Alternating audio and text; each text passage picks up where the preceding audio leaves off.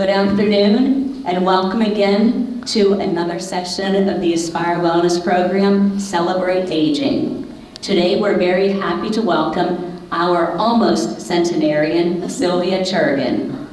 Also on stage with Sylvia is one of our residents, Ann Castro, who will be conducting the interview for us. Before beginning the interview, I'd like to share some highlights from Sylvia's life. Sylvia was born in New York City in 1925. In school, she loved history, but she learned early on that schools don't teach you everything because her uncle frequently told her that she was learning history all wrong. She remembers loving all the parades that took place in New York City and even had an opportunity to go to the New York World's Fair in 1939. Sylvia met her husband Charles at a concert in New York, and they both attended Syracuse University, where Sylvia majored in botany. After college, Sylvia and Charles bought a farm in upstate New York, but sadly, Charles became ill with Hodgkin's disease. Sylvia's first job was in a university classical laboratory doing medical analysis. After Charles died, Sylvia went back to school to study to be a librarian, and she worked at the Upstate Medical Library. When she decided that she needed a better income, she pursued work in the civil service. And because of her library background and her degree in botany, she was offered a job at the Smithsonian, where she eventually became the head of the library at the Smithsonian's Natural History Museum. When an opportunity arose to go to Panama as head of the library at the Tropical Research Institute, Sylvia jumped at the chance. And although she loved living in Panama, she eventually had to be evacuated when General Manuel Noriega took power. So she returned to the Smithsonian, where she worked at the management level until her retirement. When Sylvia moved to Pasadena in 2013, she first lived in one of the cottages before moving to New Haven Court. Her greatest passions have been birding and travel, with the two activities frequently connected. Among the many countries she has visited are Morocco, Ecuador, South Africa, Brazil, Italy, Russia, Austria, China, Nepal, and Argentina. And she's made many trips to England, where she still has very dear friends. Sylvia has also taken a number of drawing classes, and some of her drawings and other special mementos are displayed on the table in the back of the room for you to admire after the interview. So with that, let me turn your attention to Anne and to our special guest, Sylvia Churgin.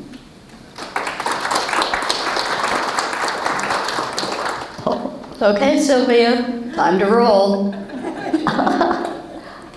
Okay, as Patty said, Sylvia has taken a number of trips, and one of the very first ones was to Russia. And I'm going to let her tell you a little bit about that. First of all, Sylvia, tell them how you found out about this trip. Well, I read about it in the New York Times. They were opening Russia to foreigners. And I said, oh boy. And it was cheap. And I always used to go on a cheap trip. You get the same thing, and you don't spend a hell of a lot of money. Anyway, I signed up for it. And the majority of people that signed up were Russian people that wanted to see their relatives. They didn't want to see Russia, but they just wanted to see their relatives. I found that out when I was there. And I had a pretty good time, but it was scary because this was the first time they opened it to foreigners, you might say. And the food there was dreadful. Well, we ate it, and they watched us.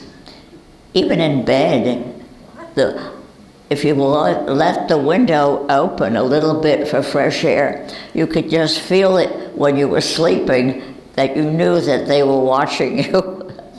It was very, I think it's totally different now. but we couldn't do what we wanted to do on the the schedule that they had fit of ours.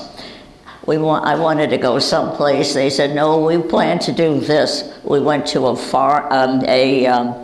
not a foreigner. Factory. What's this? A factory. Factory. Factory, right. We saw that. We weren't interested in factories. We were interested in their culture, but we had nothing to say about it. And so and then when we were talking during dinner or lunch, we found out that there were little microphones underneath each table, and they were recording what we were saying. We thought we were, just talking about Russia and how we were dealing with it and what we liked and what we didn't like, but they were all doing that underneath the table. So that was interesting.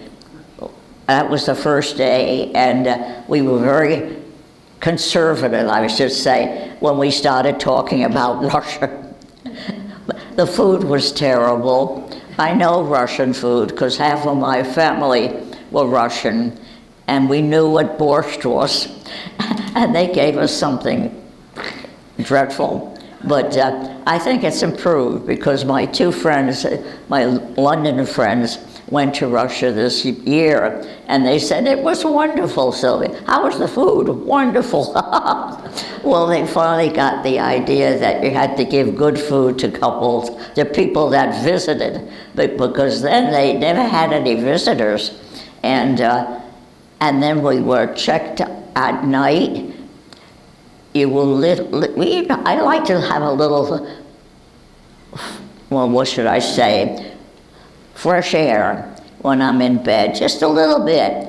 And what happened was they came and checked us if we were in bed, because all of a sudden you felt chillier, and then it went away. It was, and we couldn't do anything we wanted to do. I wanted to go to a museum, because I'm a museum person, and they wanted us to go to a factory. That didn't do any good for me. So we said, we don't really want to go, we're all sick. And then after they left, we got a cab, and we went to the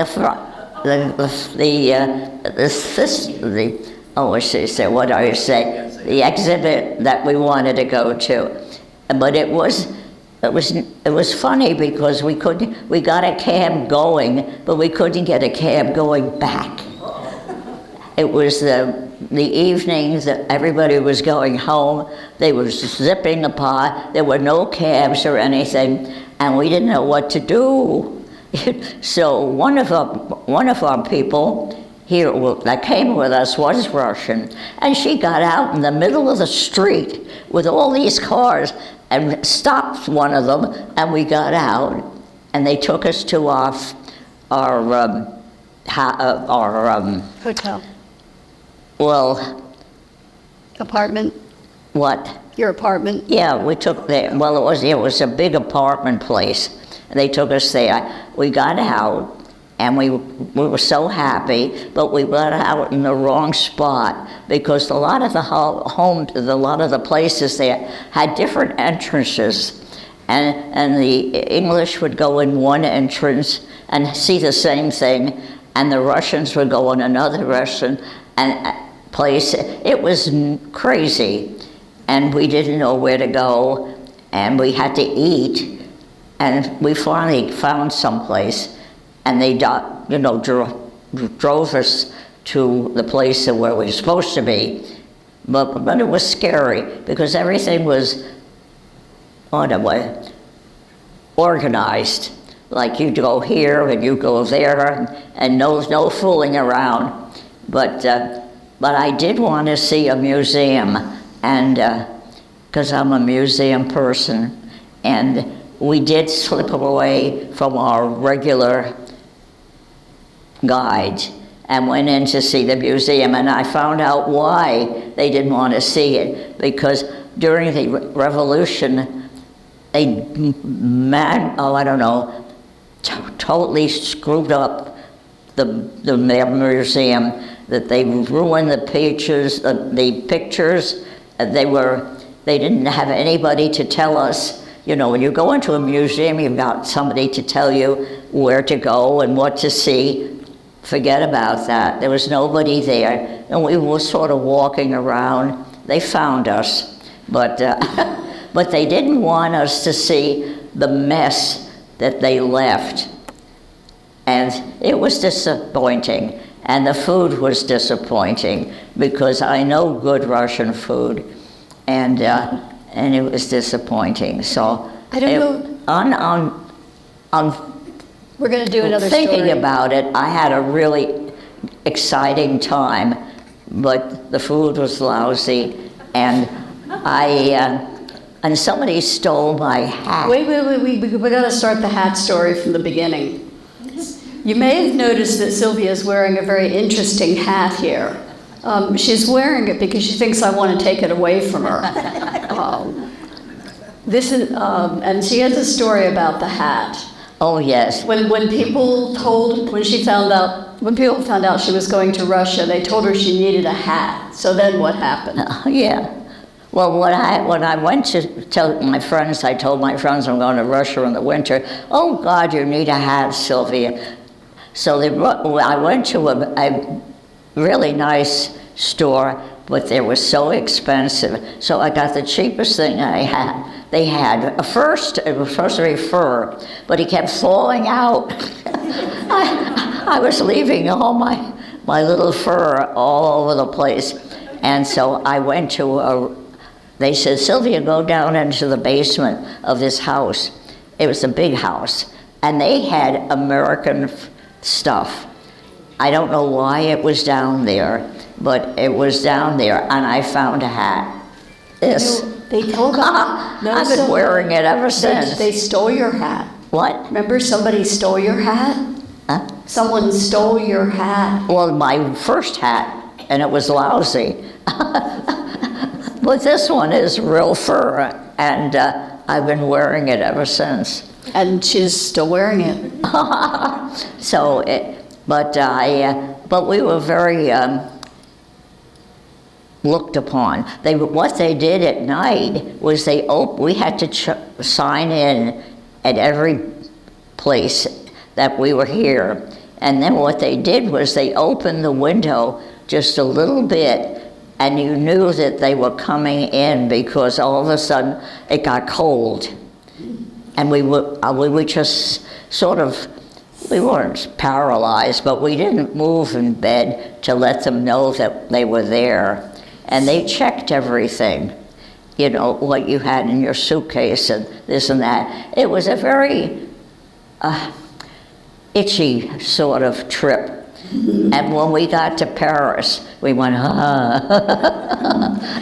Sylvia, could you tell them the story about the boy you met in the elevator? Oh, God, no. Yeah, yes, the boy that we met in the elevator. He was a young kid. He must have been about 20.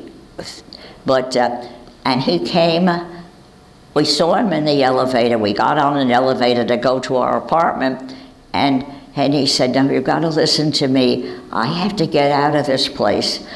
I came on a special trip to do I don't know, classes on his specialty, but I can't get home. And they wouldn't let me get home.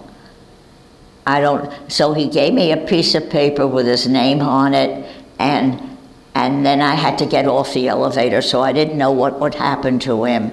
But he was stuck in Russia. And it was really scary. And I said, I've got to leave this place. It was not a comfortable place. And the things that I wanted to see were old Russian paintings and things, and they wanted to take us to a factory. They wanted to show everybody that they're doing factory stuff. And so it was difficult. I think if if people went now, I don't know, my two friends in London went, and it was totally open. They could do what they wanted to do. They could eat what they wanted, and they didn't have to sleep in this horrible hotel. They could do anything. So I think they got the idea that if they wanted visitors, they had to treat them like visitors, not like peasants. Right. So Sylvia, let's talk about birds. birds? Yep. Oh yeah, Birds. you know I love birds. One of the things we discovered that Sylvia and I both like birds. Yeah, what should I say? I evaluate the people, the places on the birds and how they took care of them and what they did. You know, it's, for me, it was a very important thing because I just love the birds, and I go out. I used to go out more often than I do now, but I used to go out with a pair of binoculars and find the birds and identify them. And it was nice, but it was difficult in Russia. Yeah, it'd be difficult in Russia, but you do it in England, right, with your friends? What? In England. Oh, yeah. With your England. friends, you go birding. Oh, yes, in England I had a great time. I had two friends there that still live there. They came this year for a visit, and but they live in London, and we had a wonderful time in London. We didn't go anywhere else because it was so much that you could see, as well as the birds, and the parks were super. They love their parks. Have you ever been to London? Anybody been to London?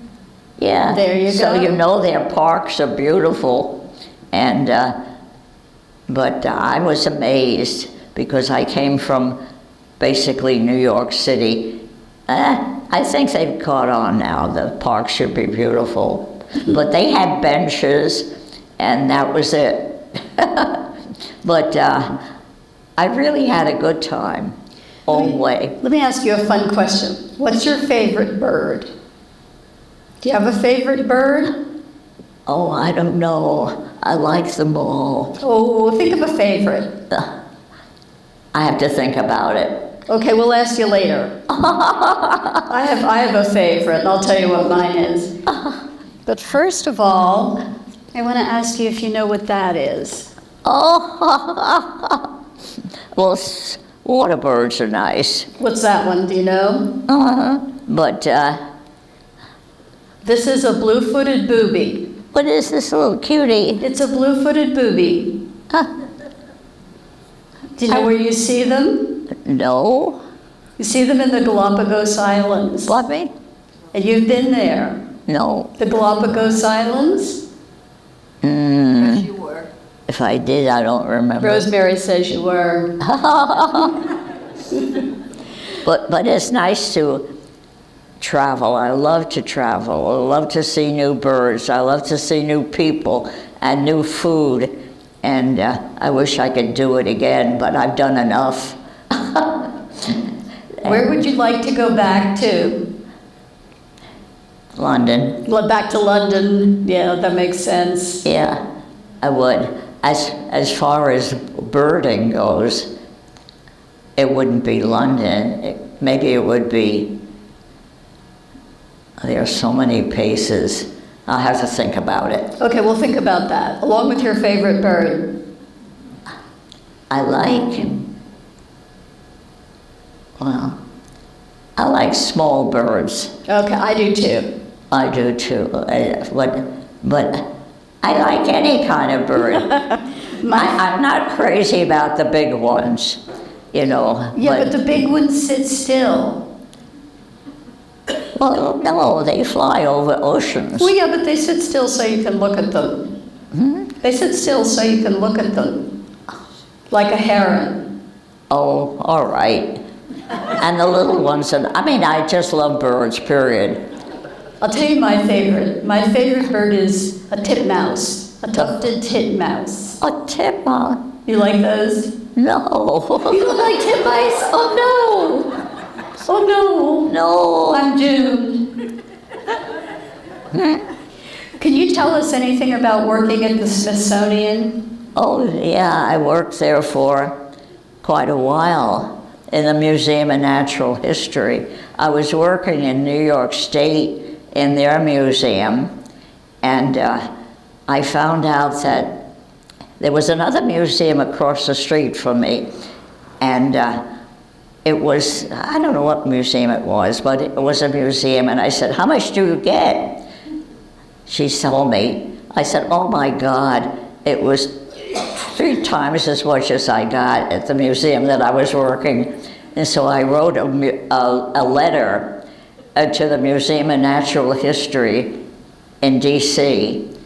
And at that point in time, they needed somebody like me. It was just luck. And so I went to DC and I worked there for quite a while as a natural history librarian. And I loved it. And I think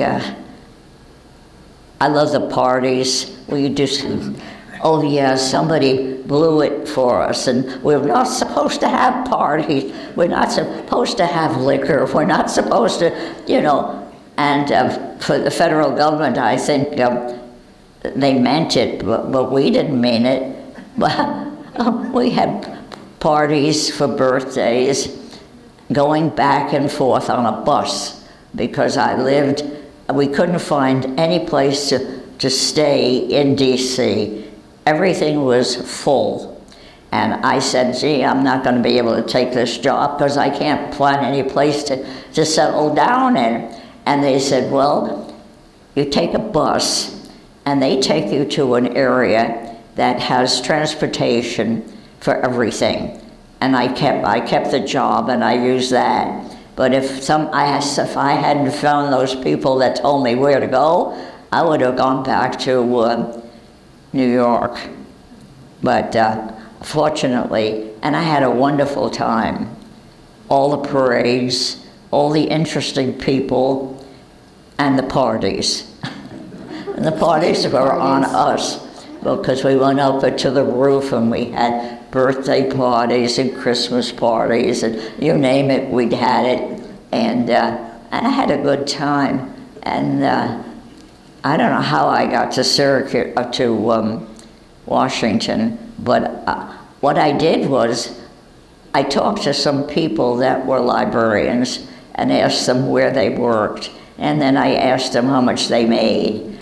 Oh, they got more money than I did, and so I tried to get another job, which I did, and I stayed with it until I got married. So it was a good job in DC. And then what else can I say? Oh, this terrible thing. When you got out of the Museum of Natural History, there was a light. That's red light, green light, you go, red light, you stop. And I got onto the road, and this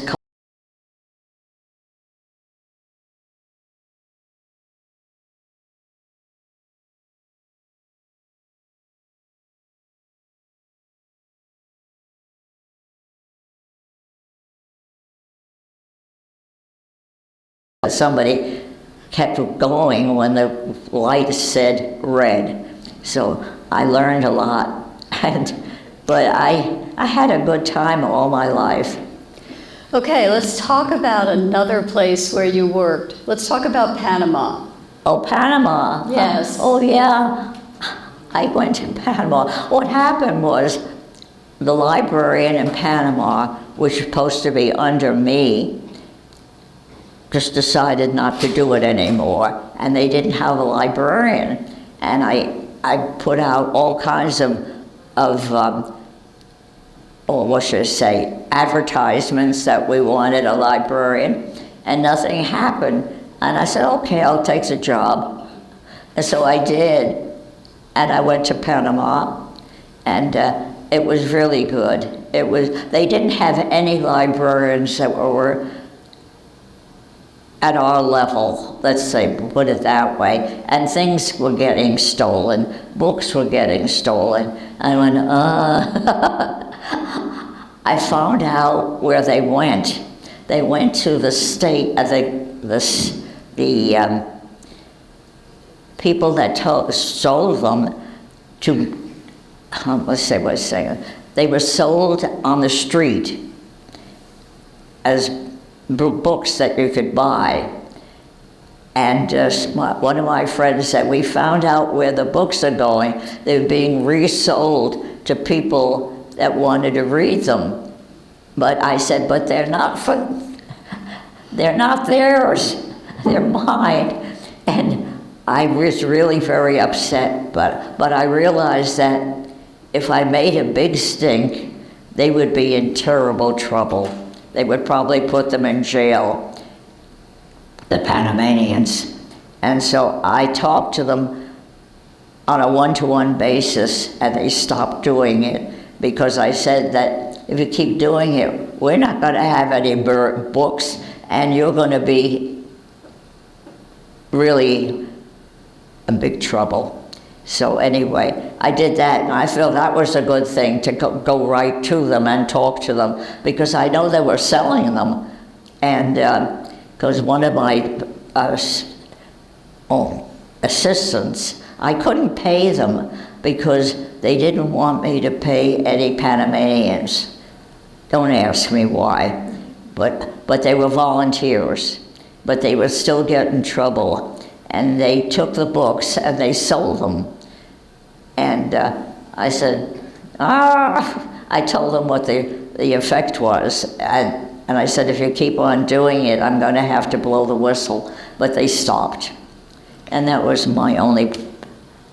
Okay. But you birded a lot in Panama. Yeah, you birded a lot in Panama. And what did you keep in your car? What? You kept something in your car. My car? Yes. Oh, yeah.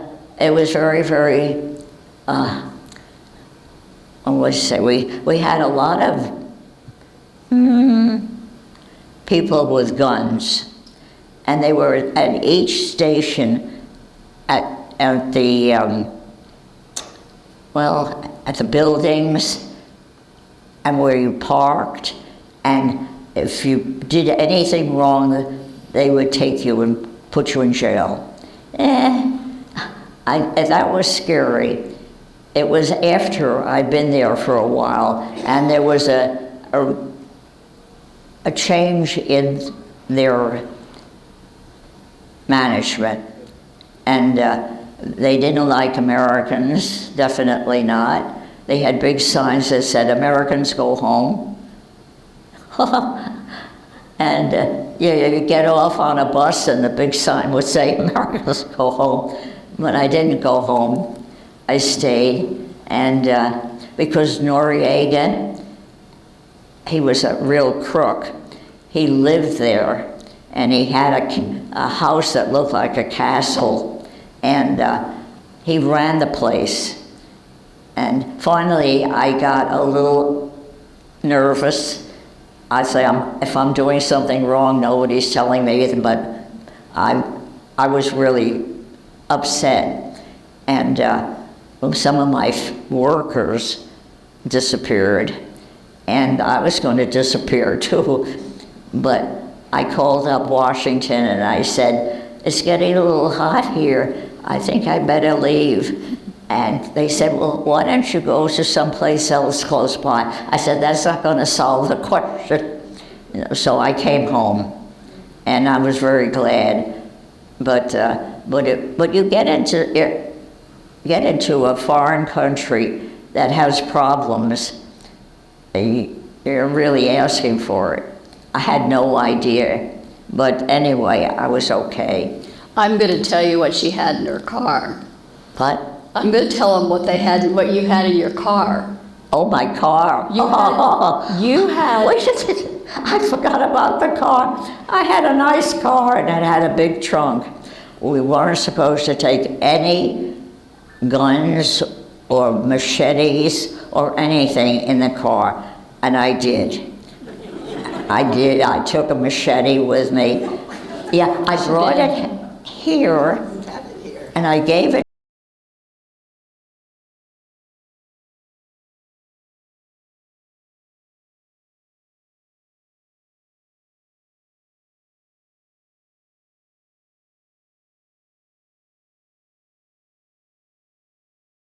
people that were on the street. I really didn't.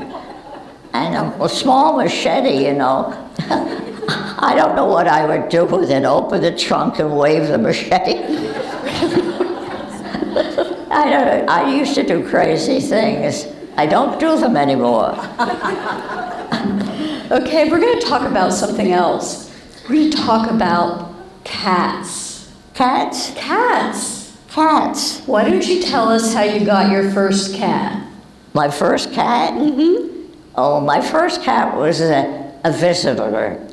She was my aunt's cat, and Frances moved to Florida, no, not to Florida, to San Francisco, and she said, "Take care of the cat, Sylvia, I'll be back." She didn't tell me it was a crazy cat.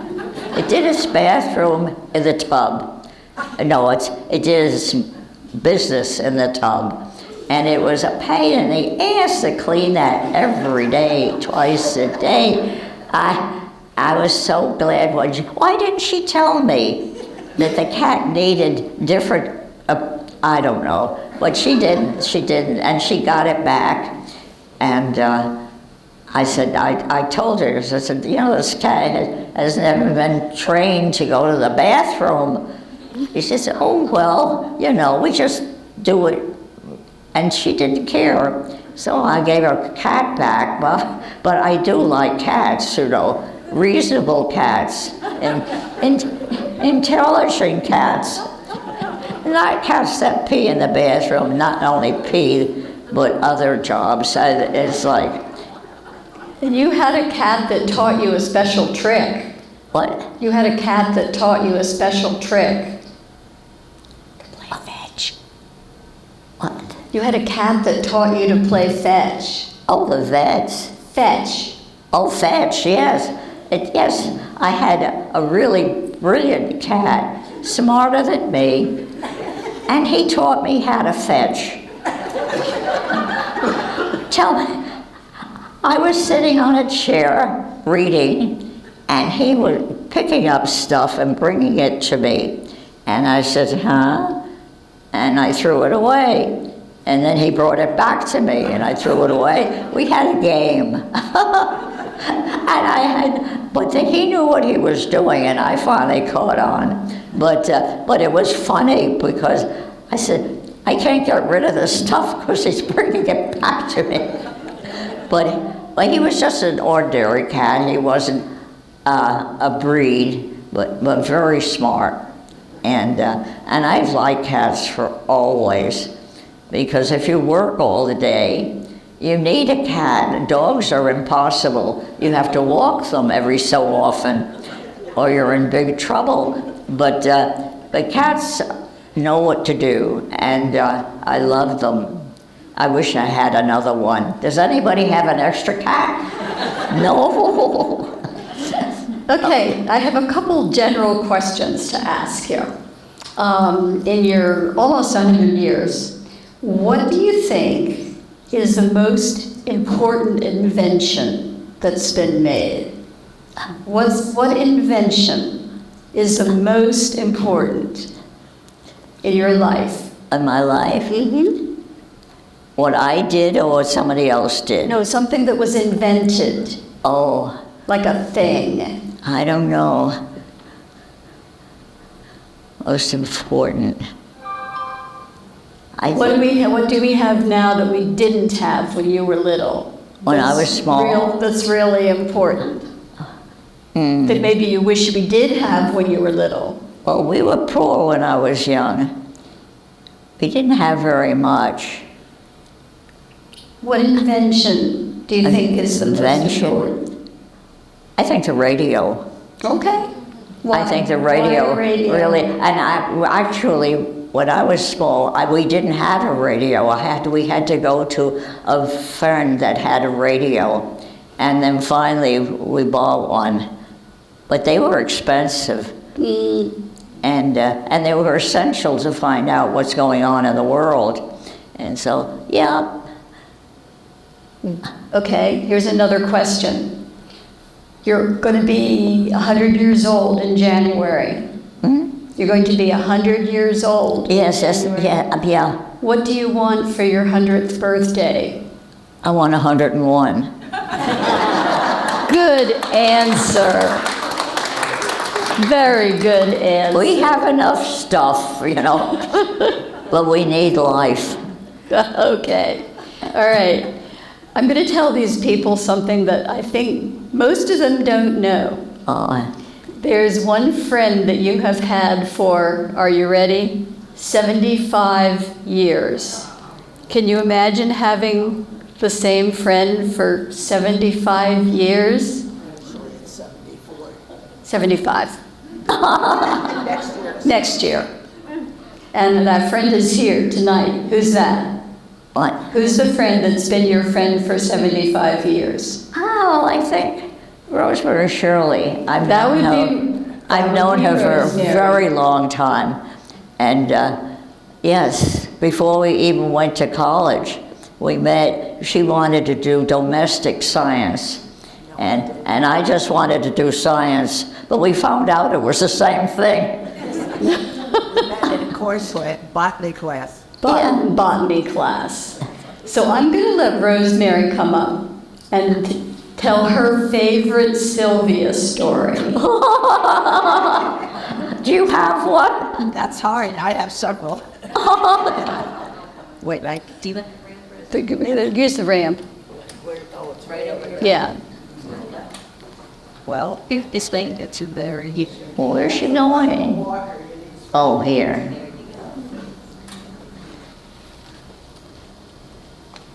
Things to bend instead of being lived carefully.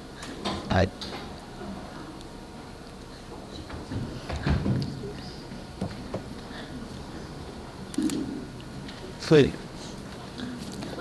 What are you going to talk about, Rosemary? You'll find out. How you came back from that trip from the Pushkin Museum. And the actual hotel she was staying at was in 4 parts. And all 4 were absolutely identical. And you had to eat right at 6 o'clock. So she charged into the building about 1 minute to 6, jumped in her chair, and she didn't see anybody. She thought, oh my God, my groups were wiped out. And then she thought again and realized she was in the wrong quadrant. Got out, ran around, found her spot, got in her seat. To me, that's the scariest travel story I've ever heard. Yep. I would agree. How about something you've done together? A trip you've taken together? How about Mardi Gras? Yes, that was really fun. You think Mardi Gras is one parade, but it's not. It's 2 weeks of parades all over town. You don't have to show your foods unless you're in that one area downtown. The rest of the time it's like a fair week, and it doesn't. Well, we were staying with a couple that Sylvia knew from Panama, because research scientists would go down to Panama, and this guy was a specialist in leaf cutter heads. So, in the little ants that they carry pieces of leaf on their heads as bigger than they are. So he was studying that back in New Orleans. So he was showing us the lab, and he kept his ants in sort of plastic dish pans like they give you in the hospital. But we got there, and the ants had escaped. And so we had the ant rodeo, and we're scouring around the place trying to catch the ants and get them back in that dish pan. So we got a lot of them. Remember that? I do. So that was one of our very big adventures in New Orleans. That's wonderful. Okay. Yeah. Sylvia, is there anything else you'd like? Anything else you would like to share with the people? Any other I experiences? can't think of anything at the moment. I probably will afterwards. Okay, well, we'll Ask her what she wants for her birthday to eat. Oh, what do you want to eat for your birthday? Oh. It's not really birthday cake. Oh, she just got a big smile on her face. I'd like some really good rare steak. Or what kind of sandwich do you really like? Or sandwiches? What do we get from New York from Zabar's? I don't like any sandwiches, really. No, your bagels and lox. Oh, bagels and lox, oh my God. I would be very happy I got real bagels and real lox. And so in St. Martha, New York, we often get stuff from there for her birthday. Oh, yeah, I miss that. It's no good for you, but it's delicious. Oh, who cares? Who cares if it's good for you on your birthday? Oh, nothing much. Bagels and lox. Bagels and lox are good. And champagne. She likes champagne. Of course, champagne. Oh, yes, champagne is always right there. Well, that'll be fun. Yes, absolutely. Somebody buy me a bottle of champagne, they Oh, can that. enjoy it. You better believe Good it. champagne, What? good. Of course. Oh, good. Only the best. Yeah. Any other stories to share? What? Ask her what she did when she was at Buenos Aires and there was snow. She doesn't remember. She doesn't remember. She doesn't remember. You tell You them. don't remember that? No. Because when you came back from that Antarctica trip, you went to Buenos Aires to fly home to Washington, Yeah. D.C. But the Washington, D.C. was snowed in. Oh, yeah. So you had to stay there for a week. And meanwhile, you're broke. So you take out the trusty credit card. And who did you visit? When did you do that week? I can't remember. She doesn't remember I where really it's can't I remember. went to every Tango Palace. I'm too old that you can absorb so many things in your mind, but so many things have to be pushed back to make more space for your memories. Yeah, That's only, true. we only have so much bandwidth. Because she taught me how to burn when we were on the Jersey Oh, yeah. Shore. And all the shorebirds stand still, and I loved it because I can see them. And I didn't follow her when she went to Swats at 5 in the morning down for that rail. Yeah. Well, my favorite thing is birding.